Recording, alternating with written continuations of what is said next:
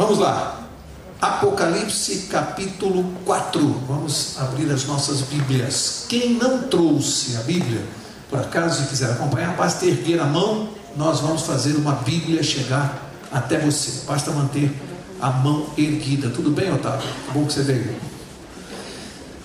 Apocalipse capítulo 4. E nós vamos estudar hoje o capítulo 4, verso a verso, demonstrando logicamente, sem entrar em uma questão mais teológica e mais profunda. Eu sempre digo, eu não sou um teólogo, eu sou advogado, não vou me aventurar numa praia que não é minha. O objetivo aqui é nós estudarmos o Apocalipse e aprendermos o básico. O que este livro, o que essas mensagens através de símbolos têm a ver com a minha vida e com a sua vida?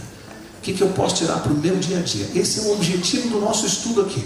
Não temos a menor pretensão de fazer esse estudo com aspecto teológico. Para isso nós temos pessoas muito mais capacitadas do que eu. Temos pastores, temos aqui o pastor Marcelo, que é um estudioso do Apocalipse, e eu vivo brincando com ele, né? Porque ele fica sentado ali no cantinho, eu vejo ele com papel e uma caneta. A saída eu digo assim: pastor, o senhor fica ali anotando todas as besteiras que eu estou falando? Não, para depois... Mas o pastor Marcelo é um teólogo e conhece com muito mais profundidade este livro. Portanto, a nossa função aqui é fazer com que você consiga tirar do Apocalipse a mesma coisa que eu, que sou um leigo também, né? O que isso tem a ver com a nossa vida? O que a gente tira aqui, né? Por isso, de leigo para leigo, né? Parece aquele comercial da televisão, né? De mulher para mulher, Marisa. Aqui é de leigo para leigo, tá? Nós vamos conversar e vendo como os símbolos do Apocalipse vão sendo desvendados e nós vamos retirando as informações que interessam para a nossa vida. Hoje, antes de lermos o capítulo 4, verso 1, hoje eu acho que, como de resto todo o país, estivemos ligados assistindo pela TV, pelo menos eu mantive a televisão da minha sala no escritório ligada, assistindo as principais cenas do julgamento do nosso senador, né? E por que eu estou citando isso? Não vou falar de política aqui, nem acho que esse seja o lugar para falar de política. É que o assunto tem muito a ver com o que nós estamos assistindo, o assunto dessa noite. Os 3 primeiros capítulos do Apocalipse que nós estudamos até agora, nós vimos as cartas, a revelação de Jesus para a sua igreja em todas as suas fases, as 7 principais fases da igreja de Deus neste mundo. Terminamos isso na quarta passada. Agora esse próximo bloco que vem, capítulo 4, 5 e 6, Deus vai convidar, Jesus chama o apóstolo João para subir ao céu. Você vai ver, ele diz assim: sobe aqui, vamos ver no verso 1, para que ele assista, veja o trono de Deus e algumas cenas do julgamento que nós vamos estudar no capítulo 4, 5 e 6. Um julgamento que todos nós teremos que enfrentar. Todos nós vamos ver essa noite. Ninguém vai escapar. Todos nós vamos passar pelo juízo de Deus. E eu menciono isso porque o que a gente tem assistido agora, e eu assisti hoje pela televisão, são pessoas que parece que não têm o menor medo disto. Não imaginam que é tão fácil enganar a Deus como é fácil enganar as pessoas. Às vezes a gente está sentado diante da televisão e vê ali homens que têm responsabilidade de conduzir as nossas vidas, legislam, nos fazendo de bobo na frente da televisão. As coisas mais claras, mais simples que uma criança entende, eles ficam tratando como se nós tivéssemos o QI 0. E eu não quero aqui entrar na questão política da coisa, por favor, não estou falando de política para vocês, estou falando de verdade, de sinceridade, uma coisa assim de a gente olhar no rosto de uma pessoa e ver que ela está falando a verdade. E nós vamos começar a falar de julgamento e tribunal de Deus, por isso eu citei o fato. Todos nós vamos ter que enfrentar. Não vai ser como é aqui, que eu posso chegar a dizer o que quiser, se eu tiver poder, eu vou poder enganar as pessoas, fazer prevalecer a minha versão. Com Deus não é assim. Com Deus não vai ser assim. O julgamento de Deus, o juízo de Deus é outro. Me lembro da história de um casal de namorados que resolveu passar um final de semana num hotel muito caro, caríssimo. Essa história é verídica, tá? Verídica. A gente fica sabendo aí na profissão. Foram, se hospedaram e ficaram lá durante uma semana comendo do bom e do melhor. Um hotel muito caro mesmo, 5 estrelas. Comendo do bom e do melhor, curtindo a vida. E uma semana depois, no momento de sair, veio a conta. e eles viram que não tinham condições de pagar. Uma semana com uma vida irreal, curtindo do bom e do melhor, sem condições de pagar. Ou seja, pessoas no mundo, existem pessoas vivendo esquecendo que um dia a conta vai chegar. A conta vem. O que nós estamos fazendo, a conta um dia vai vir. Não adianta viver como se a conta não viesse, ela vai vir. De um jeito ou de outro ela vai vir. A questão é que o cristianismo ensina para nós que se eu sou devedor, o único jeito de pagar uma conta que eu não tenho condições de pagar é crer e depositar toda a minha fé naquele que já pagou a conta por mim e por você. A conta já está paga, mas eu tenho que me apropriar disso, tenho que aceitar que ele fez isso por mim, segui-lo, permitir que ele mude a minha vida, porque esse tipo de conta nenhum de nós tem condição de pagar. A conta do pecado é impagável, eu não pago com obras, não tem como. Eu tenho que crer naquele que já pagou. Estou falando muito. Apocalipse capítulo 4, verso 1. Diz assim: depois destas coisas, olhei e vi que estava uma porta aberta no céu. E a primeira voz que ouvi, como som de trombeta, falando comigo, disse: sobe para aqui e te mostrarei as coisas que depois destas devem acontecer. Para aqui, verso 1. Veja, Jesus faz um convite ao apóstolo João: sobe para aqui. E ele, em visão, conseguiu ver uma porta aberta no céu. Estudamos no capítulo 1 e nos outros como é que isso aconteceu, né? Ele foi levado em espírito para enxergar isso. E já explicamos que esse em espírito não significa sair do corpo, o meu corpo fica aqui, eu vou para lá olhar. Não, não é assim. Na Bíblia não é assim. Isso quer dizer que Deus, de uma maneira sobrenatural, fez com que ele tivesse condição de contemplar o sobrenatural, a visão, sem sair de onde ele estava. Em espírito, ele estava ali, as pessoas estavam vendo. Da mesma maneira que Daniel teve as suas visões, Isaías, todos os profetas não saíam do lugar, estavam ali. Mas em visão, Deus faz com que a mente deles vá e volte, para que possam vislumbrar as coisas sobrenaturais que Deus quer mostrar. E assim, que convite, sobe até aqui. Como você se sentiria se Deus, o próprio Jesus falando com você, dissesse assim: sobe aqui, eu vou te mostrar uma coisa, depois você vai escrever e vai contar para os outros. Abriu-se uma porta, ele viu uma porta aberta no céu, e ali Deus começa a desfilar as imagens que nós vamos estudar hoje. Uma coisa muito importante que João está escrevendo para nós, que não é que contaram para ele, não é que ele ouviu dizer, não é um disse que disse. A Bíblia diz que ele subiu lá e viu. É diferente. Sobe aqui, vou mostrar para você. Ele viu uma porta aberta no céu. Quando nós estudamos o capítulo 1, no capítulo 1, não sei se alguém vai se lembrar, as vestes que Jesus estava vestido demonstram que ele estava no templo, era uma figura do templo da terra, ele estava no templo celestial, vestido de acordo com o ministério que se praticava em que lugar do santuário? Santo ou Santíssimo? No capítulo 1. Santo. Agora no capítulo 4 em diante nós vamos ver que essa porta que se abre, já estudamos no capítulo passado, é a porta que abre do santo para o Santíssimo, simbolizando que na data de 1844, como já estudamos, Jesus passa do lugar santo para o lugar santíssimo no santuário celestial. Eu estou dizendo isso aqui para quem não acompanhou, isso já foi estudado aqui, tá? Isso não é um chute, nós já estudamos isso. Agora, João já vê Jesus no lugar santíssimo, uma porta aberta no céu. E aqui diz assim: depois destas coisas, começa o verso. Que coisas?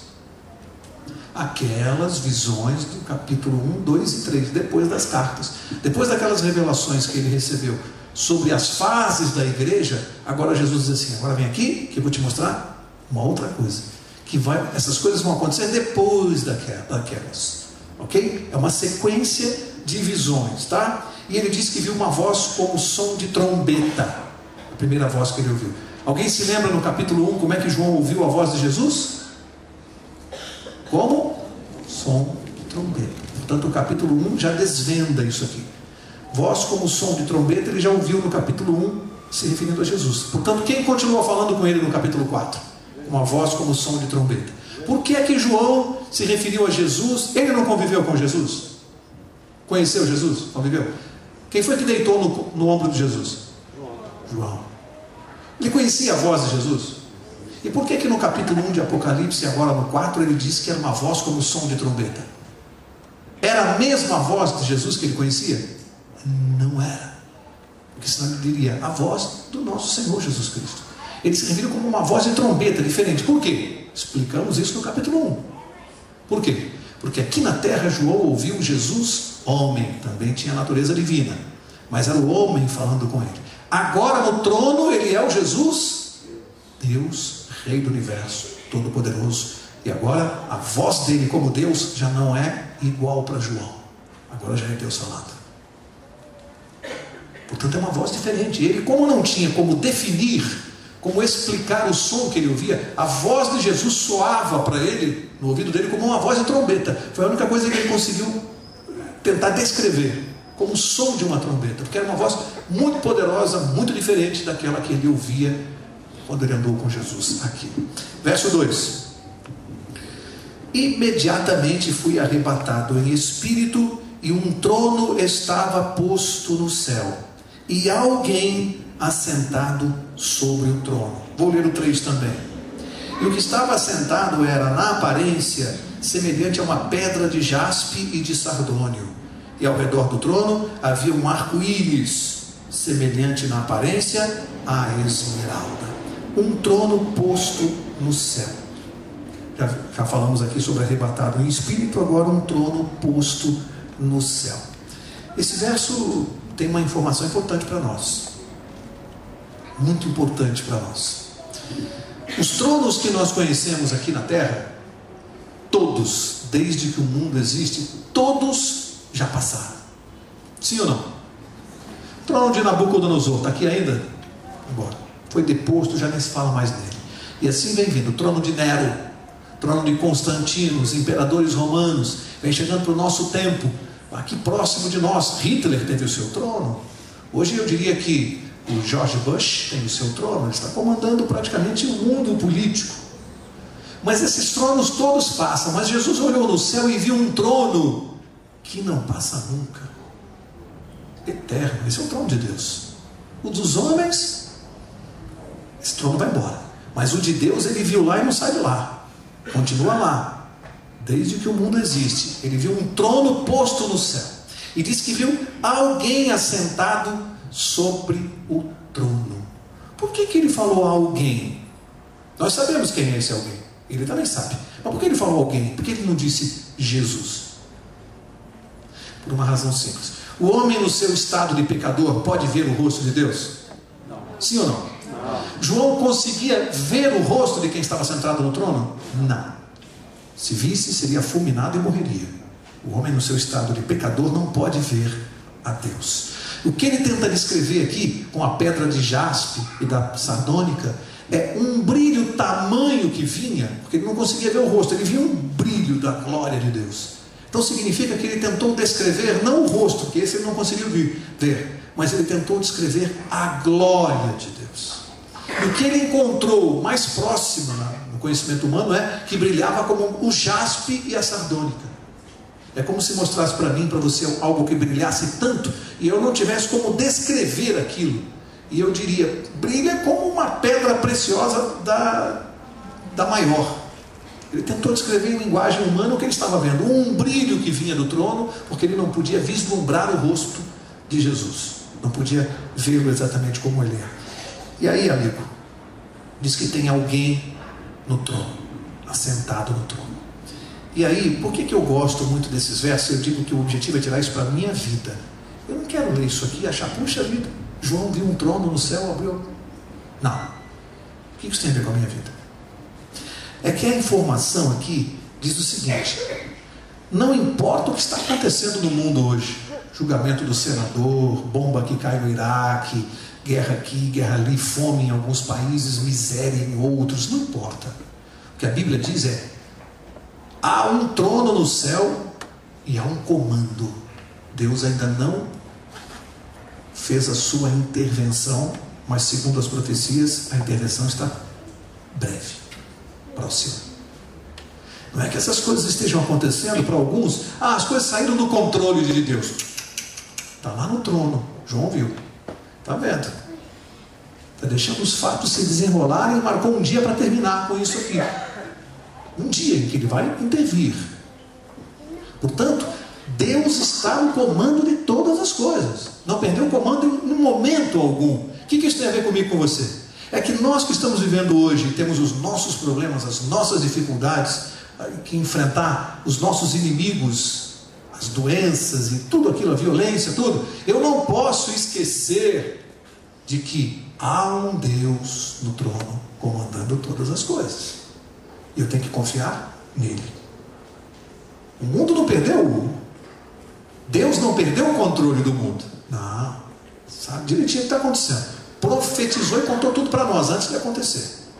Ele está no comando e a gente precisa lembrar disso a todo momento. Embora estejamos vendo coisas inexplicáveis para nós, Deus está no comando. O arco-íris mencionado aqui. O que significa esse arco-íris que atravessa o trono, acima do trono de Deus? Interessante porque a Bíblia explica isso. Não vai dar tempo da gente ler. Quem se lembra o que significava o arco-íris lá no povo de Israel? Vou dar uma dica. Aquilo foi um sinal, foi um concerto referente a quê? Alguém se lembra? Quem lembra? Isso, lembra-se? Deus prometeu e avisou a Noé, pediu que Noé pregasse por 100 anos uma advertência de que ele destruiria o mundo de que maneira? Com água, com dilúvio. Depois ele fez um concerto com o povo, aceitando o arrependimento dos pecadores, e ele então usa a figura do arco-íris como uma prova da sua misericórdia e da sua promessa de que jamais voltaria a destruir o mundo com água. E o arco-íris foi um concerto, um sinal posto no céu por Deus. Que coisa maravilhosa! Porque hoje nós sabemos, alguém sabe como é que o arco-íris é formado? Há uma explicação científica. É o cruzamento da luz solar com as gotas da chuva, acima das nuvens. As gotas da chuva, quando cruzam com a luz solar, abrem aquelas 7 cores principais do arco-íris. Só coisa de Deus. Só Deus pode pintar esse quadro. Só que ele aproveitou esse quadro que só ele pode fazer. Que você conhece algum ser humano que possa produzir o arco-íris rasgando o céu de um lado ao outro? Alguém pode fazer isso, mas Deus pode. E ele faz e diz assim: e isso vai ficar como um concerto entre mim e o meu povo, uma prova da minha misericórdia. Agora, quando João olha para o trono de Deus, ele vê um arco-íris na frente do trono. Amigo, o que isso quer dizer? Quer dizer assim, eu continuo mantendo a minha promessa. O meu arco-íris da minha misericórdia para com o pecador arrependido continua diante do trono da minha justiça e do julgamento. Então eu que sou pecador, quando vejo que João me conta que o arco-íris está lá, eu posso dizer: Deus continua o mesmo, misericordioso. Eu que tenho que me arrepender, porque a promessa ele está mantendo. O arco-íris está lá. Que coisa linda! Olha os cuidados de Deus, mostrando isso para João. Olha, vai lá e conta para eles. O concerto, a aliança, continua de pé. Olha aqui em cima do meu trono. E está lá o arco-íris da promessa, o concerto. Que coisa linda! Pelo menos eu acho que é uma coisa linda. Agora, verso 4. Isso nos dá confiança, isso faz com que cada dia a gente possa confiar mais no nosso Deus misericordioso. Verso 4 diz assim: ao redor do trono também havia 24 tronos, e vi assentados sobre os tronos 24 anciãos, vestidos de branco, que tinham nas suas cabeças coroas de ouro. Bom, vamos decifrar esses símbolos, repetindo, para relembrar, para quem não vem acompanhando o nosso curso desde o início. O livro do Apocalipse foi escrito inteiro em símbolos, praticamente inteiro. Só que estes símbolos, a própria Bíblia vai desvendando. E lá no capítulo 1, o que João falou? Que estes símbolos, e as mensagens, as revelações do livro do Apocalipse, são para todas as pessoas? O que nós aprendemos lá no capítulo 1? Todas as pessoas compreenderiam? Não. Se fosse para todos compreenderem, Deus não teria escrito em símbolos. Teria escrito uma linguagem que todo mundo entenda. A mensagem vem cifrada em símbolos, porque não é para todos. Ele diz no capítulo 1, para quem é? Só para os fiéis. Os fiéis vão entender como durante todas as épocas entenderam, e nós estamos aqui na igreja hoje entendendo. Os fiéis, aqueles que seguem a Deus, que o acompanham, recebem do Espírito Santo discernimento para entender, e vão decifrando. Agora, aquele que não é fiel a Deus pode passar 3 horas aqui, ele vai ler esse livro 10 vezes e não vai entender nada, porque esta é a vontade de Deus. O infiel não vai entender, porque essa mensagem não é para ele. Aqui Deus está conversando com os fiéis. Deus tem uma mensagem para o seu povo, e já disse, se essa mensagem com revelações contundentes, que nós vamos estudar ainda mais adiante em alguns capítulos, a coisa que vai ficar mais forte, são mensagens de coisas que estão acontecendo no nosso mundo aqui. Se todas as pessoas entendessem, desde o tempo em que foram escritas, há 2000 anos atrás, esse livro já tinha sido destruído e rasgado. Aqueles que compreendessem, peraí, Deus está falando de mim aqui agora, rasgariam, destruiriam o livro. Elas chegaram até nós exatamente porque aqueles de quem Deus está falando não conseguem entender.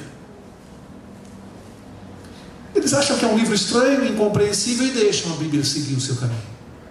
Se eles compreendessem, destruiriam. Deus é sábio. Então, essa linguagem é simbólica e tem que ser. Aqui fala dos tronos, no verso 4, e fala de 24 tronos e 24 anciãos. Vamos deixar a Bíblia explicar o que é isso. Só existem 2 maneiras de um ser humano alcançar o céu. Só 2 que a Bíblia fala. Uma é através de um processo de transladação, ou seja, ter ido para o céu vivo. A Bíblia só registra 2 casos, só 2. Só 2 casos registrados, que foram vivos. Não menciona mais ninguém. Quem são os 2 casos de pessoas que a Bíblia diz que foram vivos, transladados? Quem são? Enoque e Elias. A Bíblia diz.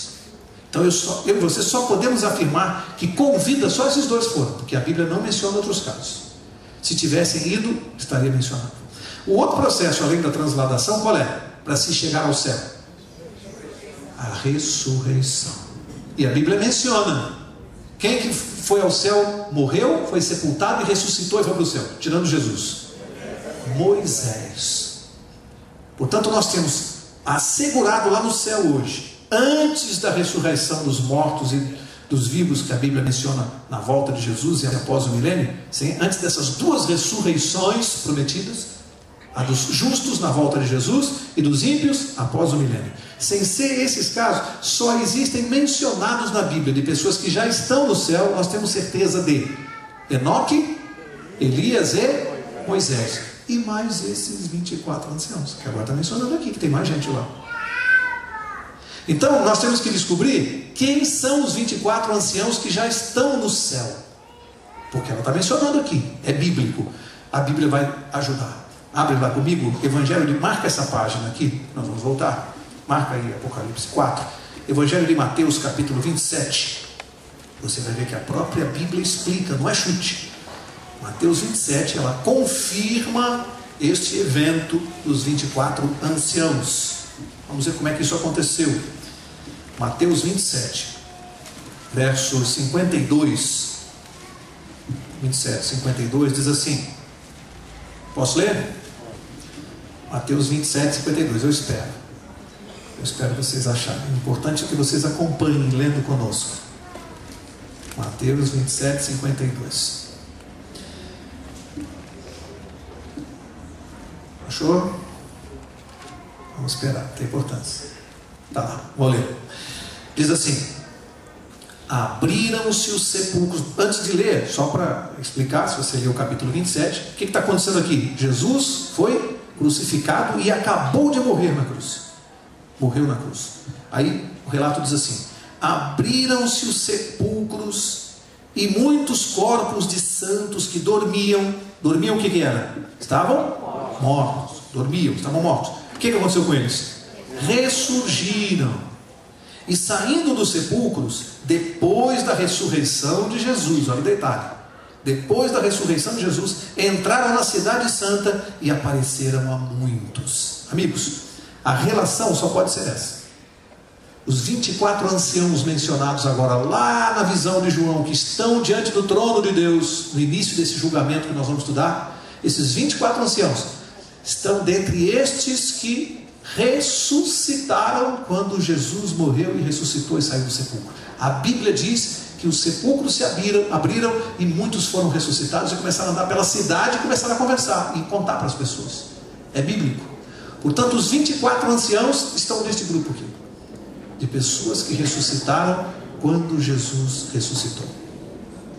Veja, que coisa interessante aqui. Aí é de se perguntar: quem seriam eles e por que 24?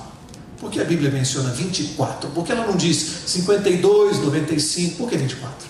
Bom, quem são eles? Alguns autores mencionam hipóteses, mas provavelmente santos, pessoas justas, santos, né? Porque santo na Bíblia não é quem não tem pecado. Santo é aquele que é separado por Deus, é justo. Santos de todos os séculos, desde a criação até Jesus. Talvez escolhidos a cada século um santo, talvez, que foram ressuscitados aqui como testemunhas.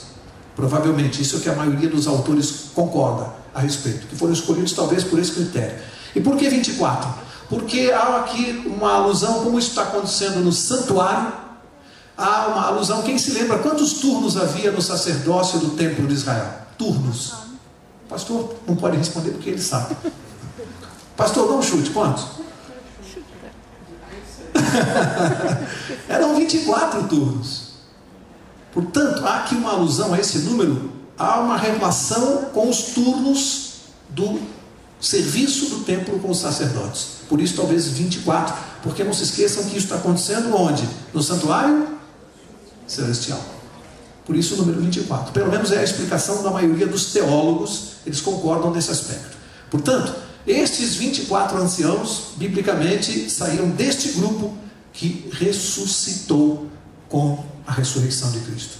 E estão lá no céu. Portanto, vamos recapitular. Se alguém perguntar para você, quem está no céu hoje? Vou fazer uma pergunta aqui, com todo respeito a outras religiões, mas é uma pergunta que cabe. Maria, mãe de Jesus, está no céu hoje? A Bíblia não menciona. Eu não posso dizer que ela está, porque a Bíblia não menciona. Se tivesse ela, a Bíblia diria. Portanto, Maria não está no céu. Onde ela está? No sepulcro, aguardando a volta de Jesus para ressuscitar e ir para o céu. Não há a menor dúvida que ela será arrebatada e estará no céu junto com os justos. Mas hoje é equivocado dizer-se que Maria está no céu. Isso transforma a oração da Ave Maria em algo totalmente fora de propósito, porque eu estou falando no mínimo como uma pessoa morta. No mínimo. Alguém que não pode me ouvir? Vejam, a Bíblia não diz que ela está. A Bíblia cita Enoque, Elias, Moisés e os 24 anciãos. Provavelmente esse grupo é um pouco maior, provavelmente, porque aqui os 24 anciãos, segundo se diz, foram ressuscitados junto com estes do grupo, que nós não sabemos se são exatamente 24, pode ter sido um grupo maior, tá? Mas a verdade é que se Maria estivesse, eu acho que eu creio, você também, que o nome dela estaria mencionado aqui. E não se há referência nenhuma da presença de Maria no céu. Paulo está mencionado que está no céu? Não. Pedro? Moisés? Tá. Elias? Enoque? E os 24. Portanto, isso tem que ficar claro na nossa mente. Esses a Bíblia menciona. Verso 5. Volta lá. Verso 5 lá de Apocalipse, capítulo 4. Vamos para o verso 5. Diz assim: do trono saíam relâmpagos, vozes e trovões. Diante do trono ardiam 7 lâmpadas de fogo, as quais são os 7 Espíritos de Deus. Interessante que aqui diz que do trono de Deus, e João está olhando para o trono, na sala do trono, né? Diz que saíam relâmpagos, vozes e trovões. Isso te lembra alguma coisa na Bíblia? Relâmpagos e trovões? O pastor já fez com a cabeça que sim, lógico. Mas alguém se lembra de algum episódio onde relâmpagos e trovões também aconteceram? Algum fato muito importante com a presença de Deus? Alguém se lembra? Na entrega das 2 tábuas no Monte Sinai, quando Deus entregou a sua lei, os 10 mandamentos, lá no Monte Sinai. Quem quiser conferir, Êxodo, não, vamos conferir já, né? Marca aqui, a gente perde um pouquinho de tempo, nunca se perde tempo lendo a Bíblia, né? Mas marca essa página e vamos ler então, Êxodo capítulo 20. Vamos ler. É bom a gente ler. Êxodo 20, verso 18. Vamos ver aqui. Por que de novo trovões e relâmpagos lá no céu, João vendo isso? O que tem a ver? Êxodo 20, verso 18. Olha o que diz aqui, ó. Até o verso 17, Deus revelou os 10 mandamentos. Verso 17 é o último mandamento. No verso 18 diz assim: quando o povo ouviu os trovões e os relâmpagos e o clangor da buzina e o monte fumegante, tremeu de medo, retirou-se e pôs-se de longe e disse a Moisés: fala tu conosco e ouviremos, mas não fale Deus conosco, para que não morramos. O povo tremeu de medo, diz a Bíblia. Portanto, naquele ato solene, volta lá para Apocalipse 4. Naquele ato, Apocalipse 4, no verso 5. Aquele ato de entrega dos 10 mandamentos, um dos atos mais solenes, a presença de Deus ali naquele lugar. Como é que se viu a presença de Deus? Moisés viu o rosto de Deus? Não pode ver. Não tem condição de ver. Mas o que ele viu? Trovões e relâmpagos. Agora de novo, quando João está olhando para o trono de Deus, onde há o arco-íris da aliança, e quando tem trono de Deus e vai começar um julgamento, o que tem que ter? O que tinha no lugar santíssimo dentro da arca? Não se esqueça que Jesus agora no santuário celestial está no lugar santíssimo. O que tinha dentro da arca? As tábuas com os... Portanto, existe ali a lei de Deus também, que é eterna. Deus, quando se manifesta e não pode mostrar o seu rosto, os trovões, os relâmpagos e as vozes são uma manifestação completa da presença de Deus, visível, audível e racional. Que coisa! Que coisa! Impressionante! Isso aconteceu com a revelação dos 10 mandamentos. A presença de Deus manifestada dessa maneira e se repete lá no céu. E João viu de novo, demonstrando a solenidade e a importância do momento, tanto quanto a entrega dos 10 mandamentos. Agora, eu quero ler com vocês o verso 6, lembrando ainda no verso 5, que aqui menciona 7 lâmpadas de fogo, as quais são os 7 Espíritos de Deus. O que é isso aqui? Primeiro, o número 7, o que significa o símbolo do número 7 no livro do Apocalipse? Perfeição, plenitude. O número 7 é um símbolo de perfeição e plenitude. Todos os atos de Deus, como são perfeitos e plenos, por isso que a Bíblia fala 7 lâmpadas, 7 castiçais, 7 espíritos, 7 pragas, 7 isso. Atos perfeitos de Deus. Os atos humanos normalmente vêm simbolizados pelo número 6. Simbologia, ato imperfeito. Ato perfeito, número 7. Então aqui fala 7 lâmpadas de fogo. Representando o que? As lâmpadas. O que elas representam? O Espírito Santo, a luz. E aqui diz os 7 Espíritos de Deus. Já vimos que a plenitude do Espírito Santo na sua ação e poder. Não é que Deus tem 7 Espíritos. O número de perfeição, quando fala os 7 Espíritos de Deus, está falando na plenitude da ação e do poder do Espírito Santo. Portanto, as lâmpadas aqui não se confundem com os castiçais, os 7 castiçais lá do capítulo 1. Porque lâmpada não é castiçal. Lâmpada é uma coisa, castiçal é outra. O castiçal serve de pedestal para a... O que representam os 7 castiçais lá no capítulo 1? Já estudamos. Quem se lembra? As 7 igrejas. Agora vem as 7 lâmpadas representando o Espírito Santo. O que as igrejas servem de pedestal para quê?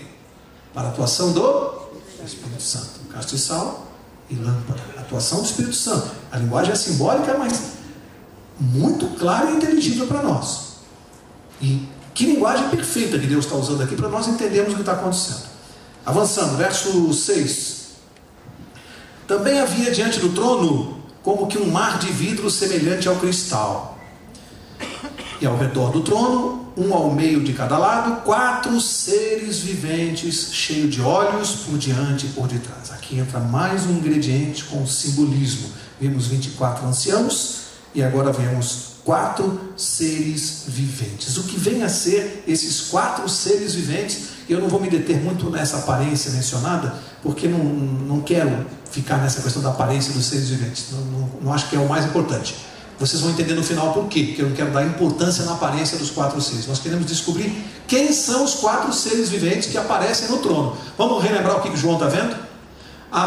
Deus falou, sobe aqui e vem olhar. O que ele viu? Abriu-se uma porta no céu, lugar santíssimo do santuário. Lá o que ele viu? O trono de Deus. O que mais que ele viu? O arco, isso, a justiça e a misericórdia de Deus. Aí viu 24 anciãos, que nós já vimos que são seres humanos ressuscitados, que estão lá diante do trono. Agora ele vê 4 seres viventes. Vamos desvendar quem são. O livro de Isaías, marca de novo essa página, o profeta Isaías ajuda a desvendar, porque Isaías recebeu a mesma visão do trono de Deus muitos séculos antes. Vamos ver como é que ele se refere a esses 4 seres viventes, que vai nos ajudar a entender. Isaías capítulo 6, lá no Velho Testamento, antes de Jeremias,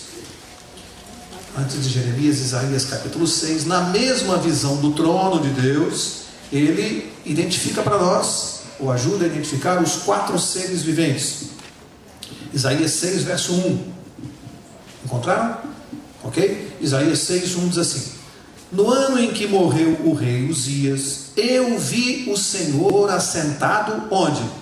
Sobre um alto e sublime trono, e as orlas do seu manto enchiam o templo. Portanto, o que Isaías está vendo? O trono de Deus, exatamente como foi mostrado a João. Tá? Ele viu. O que ele vê adiante? Verso 2. Os serafins estavam acima dele, cada um tinha 6 asas, com 2 cobriam os seus rostos, com 2 cobriam os seus pés, e com 2 voavam. Pode parar aqui, volta lá para Apocalipse capítulo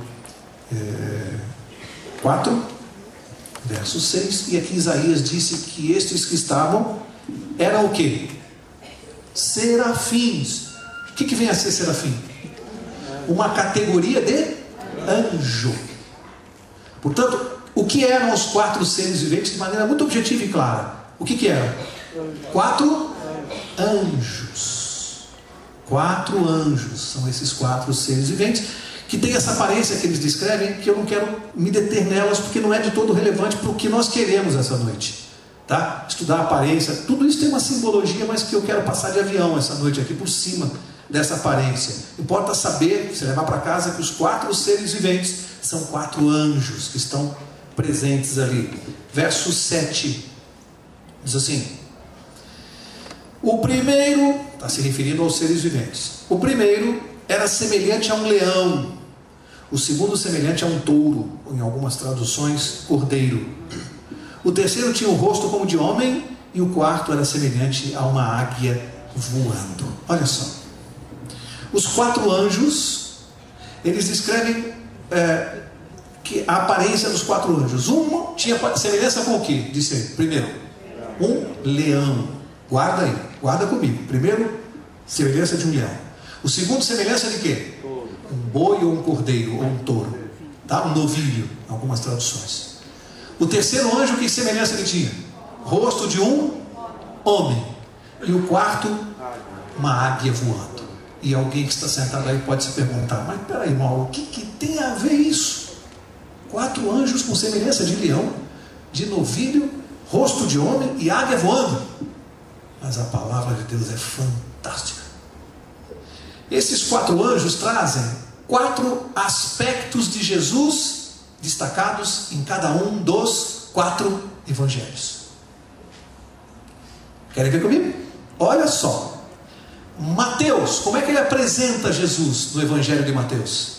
Como rei. Jesus é o leão da tribo de Judá. Leão, Jesus, o leão da tribo de Judá. O leão vem a ser o rei dos animais, e Jesus é o rei dos reis. Por isso o símbolo do leão. O leão, o maior dentre os animais. Jesus, o maior dentre os homens. Rei dos reis. Aí, Mateus começa. Alguém se lembra aqui que Mateus começa no capítulo 1? O que ele faz? O que ele apresenta no capítulo 1? A genealogia de...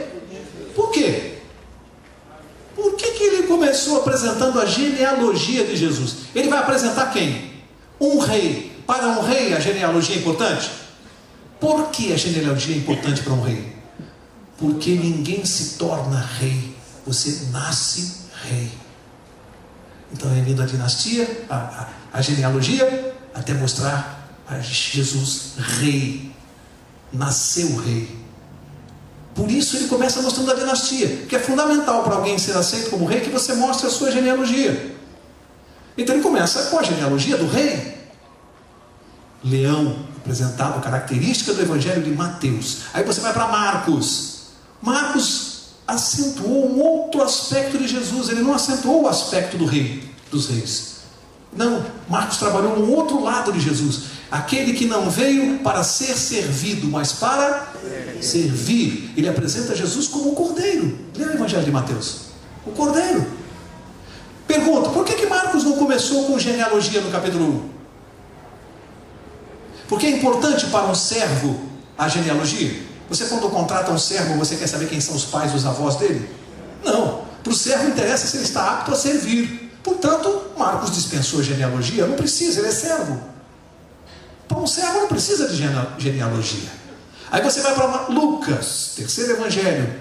Não acentuou nem o rei e nem o servo. O que Lucas acentuou na pessoa de Jesus? O que ele mais mostrou no evangelho?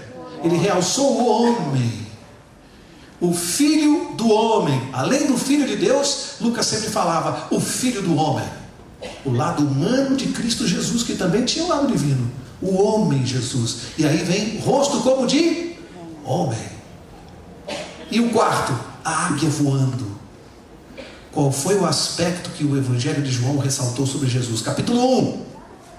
Era o verbo estava com Deus, o verbo era Deus. Qual é o lado que ele mostrou de Jesus? O lado divino, Deus. João foi o que mostrou Jesus como divino, como Deus. E aí por que a águia? Se João estivesse escrevendo no nosso tempo, talvez ele tivesse falado de um avião a jato. No tempo de João, o que chegava mais próximo, mais alto era a águia, mais próximo do céu. Hoje seria um avião a jato. Por que a águia voando? Porque é a visão de cima para baixo, a visão do alto para baixo, a compreensão que só Deus pode ter das coisas. Então o que ele encontrou foi a águia voando, o bicho que voava mais alto e tem a visão divina das coisas, a visão que nós não podemos compreender, de cima para baixo como uma águia vê. Então os 4 seres viventes apresentam os 4 aspectos de Jesus revelado nos evangelhos. Tudo isso é à toa? Coincidência? João foi escrevendo da cabeça dele? Ou há um Deus no céu dizendo assim, escreve aí, põe aí que eu vou te falar. Seres viventes como leão, como novilho, rosto de homem e águia, e pintou os aspectos de Jesus revelados no evangelho.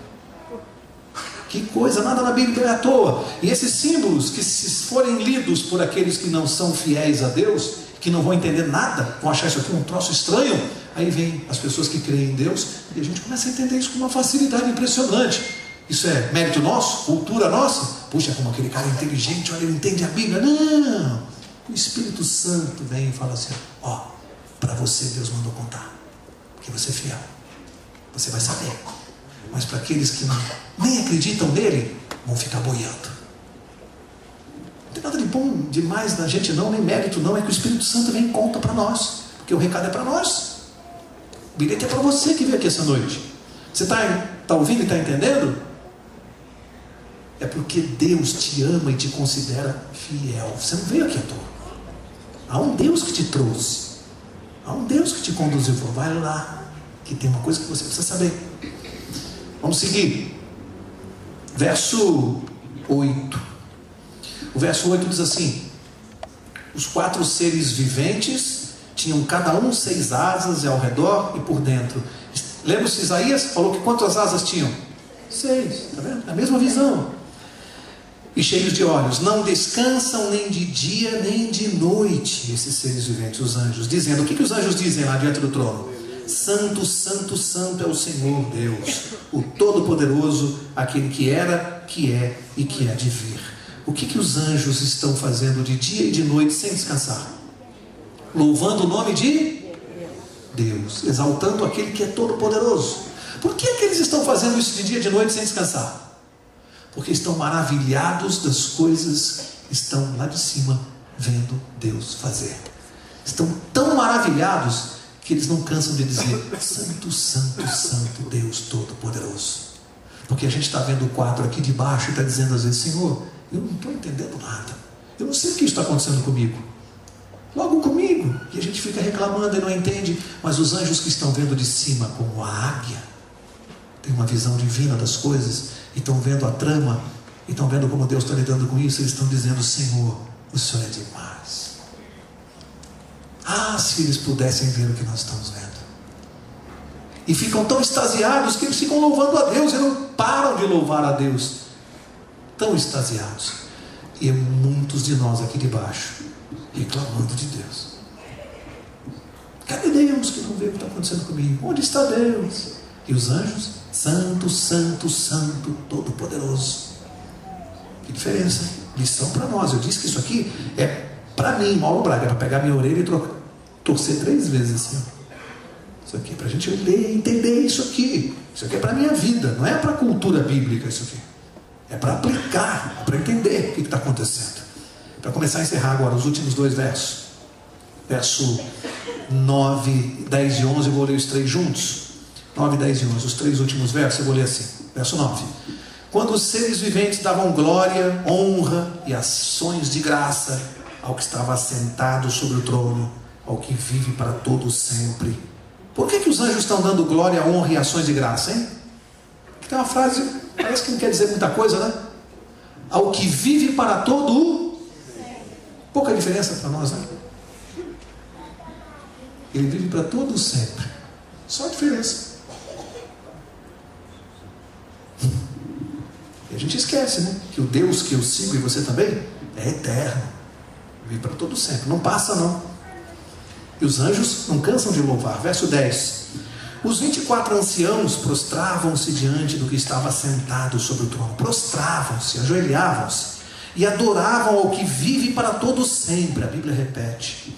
E lançavam as suas coroas diante do trono, dizendo: olha que coisa, digno és, Senhor nosso e Deus nosso, de receber a glória, a honra e o poder, pois tu criaste todas as coisas e por tua vontade existem e foram criadas. Amigos, vou encerrar aqui.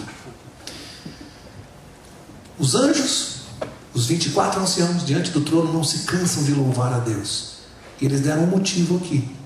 2 palavras para encerrar, eu quero trabalhar aqui. 2. Uma, digno és. E outra, tu criaste todas as coisas. Estão diante do trono ali, depondo toda a honra, poder e glória. Por quê? Sabe o que eu aprendo aqui? Eu aprendo que o comando do mundo não está na Casa Branca. Não está. O controle do mundo não está na Casa Branca, lá nos Estados Unidos. O controle do mundo não está no Kremlin. O controle do mundo não está no centro da NASA. O controle do mundo está no trono de Deus, onde os anjos estão. Eles estão vendo isso. E eles estão louvando a Deus por uma razão que o mundo se esqueceu. Vocês viram comigo nessa cena que estão lá os 24 anciãos, estão os anjos, está João olhando, mas sabe quem eu não encontro ali? Eu não encontro nenhum evolucionista. Os anjos estão dizendo: pois tu criaste todas as coisas. Mas os cientistas estão ensinando nas escolas para as nossas crianças, para os nossos filhos, que nós evoluímos de uma ameba. Uma ameba. Explodiu. Nós aqui. Que nem a revista Veja, né? Outro dia mostrou lá o Pithecanthropus erectus, aquele macacão. Aí foi fazendo aquela coisinha na figura do macaco, vai se encurvando, vai ficando ereto, até um macaco em pé, assim, que eles simbolizam que é um homem.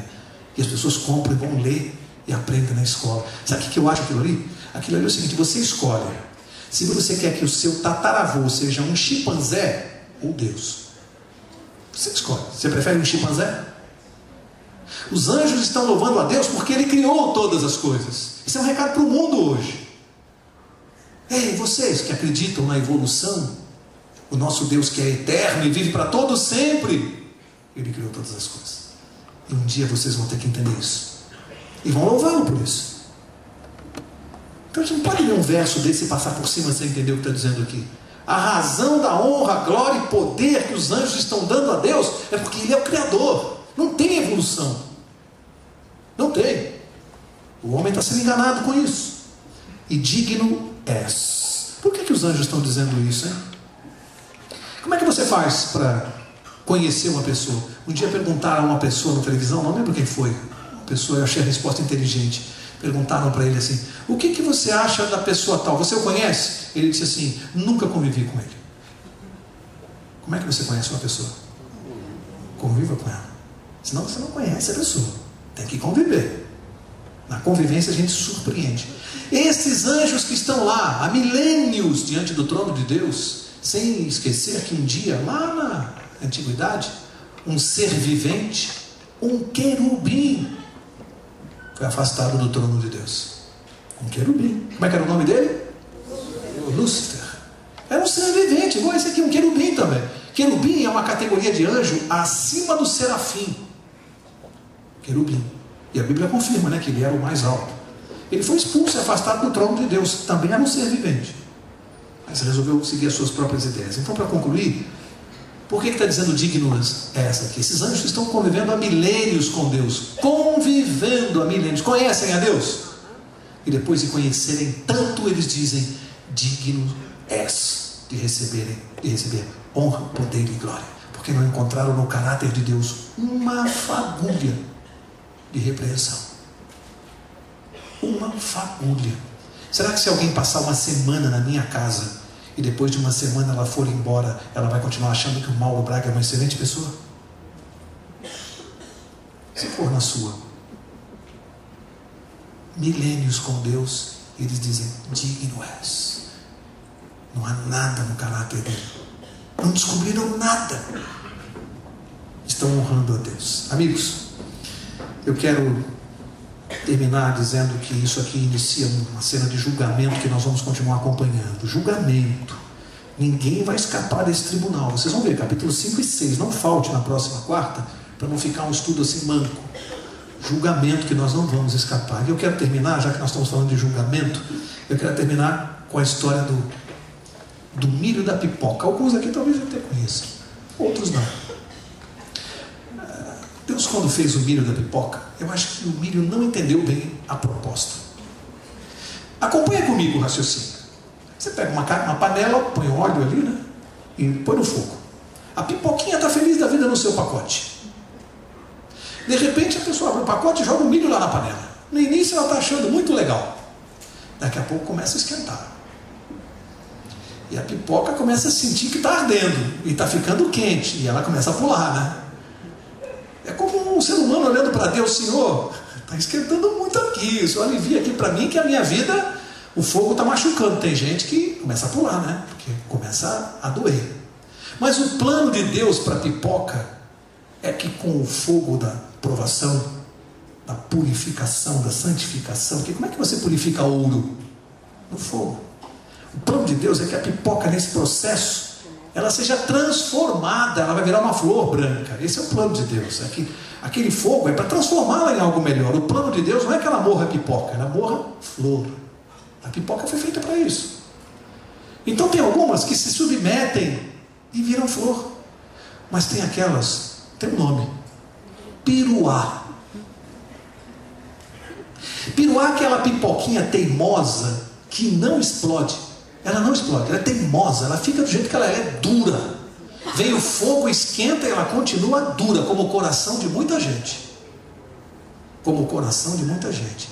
Aí Deus permite o fogo, Ele permite para poder transformar, o plano é de transformação. Mas a pessoa continua dura. E fogo, e a pessoa continua endurecendo, e cada vez endurece mais o coração. Vai morrer piruá. Vai perder a salvação. O plano de Deus não é que ela seja piruá, mas ela escolheu ser piruá. Por decisão. Então, o que eu quero que vocês levem para casa e para mim também é muito simples. Isso é para pensar no travesseiro. Quem sou eu? Pipoca ou piruá? Flor ou piruá? Quem tem sido você ultimamente? Está muito duro? Coração está duro? Pensa na pipoca. Fogo está muito quente? Lembra, o plano de Deus é que você seja transformado. Aguenta firme. Vai terminar. Isso é uma coisa muito individual, muito particular, para a gente resolver sozinho com Deus no travesseiro. Quem tenho sido eu, quem tem sido você? E o detalhe é que nós temos que ser transformados para poder enfrentar esse julgamento que vem por aí. Transformação de caráter. Isso só Jesus pode fazer. Se a gente continuar a piruar, lutando com Deus, vamos ficar de fora. O céu não foi feito para piruar. Não vai ter. Portanto, é um recado sério de Deus para nós essa noite. É recado para nossa cabeça. É para incomodar, é para tirar o sossego. Então, umas quartas atrás, um rapaz me cumprimentou na saída, me abraçou e falou assim no meu ouvido: a palestra de quarta-feira passada, você me tirou o sossego da semana toda. Eu falei para ele assim: amém. Sabe por quê? Eu aprendi uma coisa na minha vida. O melhor sermão, o bom sermão, não é aquele que você sai contente com o pregador. Não, sermão não é bom. O bom sermão é aquele que eu saio triste comigo mesmo. Esse sermão é bom. Que todos nós possamos sair daqui essa noite tristes conosco. Que Deus abençoe você. Você continue aqui na próxima quarta. Vamos estudar o capítulo 5, uma sequência do 4. Até a próxima quarta.